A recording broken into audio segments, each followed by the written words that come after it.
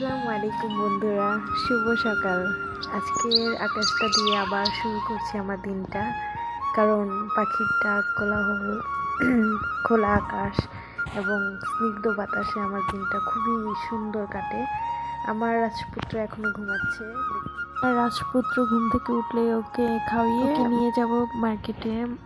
আজ আমি অনেক বেশি খুশি, কারণ আজকে আমার সবচেয়ে একটা শখের জিনিস আমি কিনতে পেরেছি।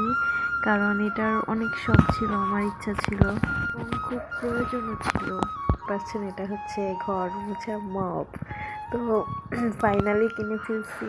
আমি তো অনেক খুশি, সাথে আমার রাজপুত্রটাও অনেক বেশি খুশি। দেখা যাক কিভাবে করি, অনেক বেশি কষ্ট করে আসছি।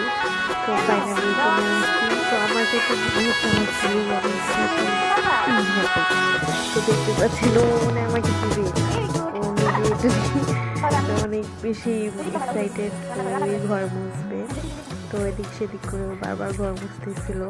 পুরো ঘর এমনিতেই ওই ক্লিন করে ফেলছে, আমাদের ক্লিন করা লাগবে না। তো কখনো এদিকে কখনো সেই দিকে।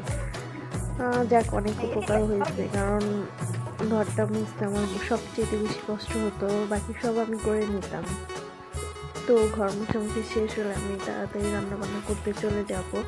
তো এইখানে দেখা যাচ্ছে আমার বাবা গত সপ্তাহে আসছিল, আমার জন্য অনেক কিছু নিয়ে আসছে। এগুলো হচ্ছে গাছে আমাদের লাউ শাক এবং সিম। বাকি যে আপনি মূলা দেখছেন এবং ধনিয়া পাতা, এটা কিনে নিয়ে আসছে। বাজারে যে দাম দর এখন অনেক বেশি, কিনে খাওয়ার মতো অবস্থা এখানে নেই। তো এখানে বেশিরভাগ মানুষই হচ্ছে যে চাষবাস করেই খাওয়া দাওয়া করে।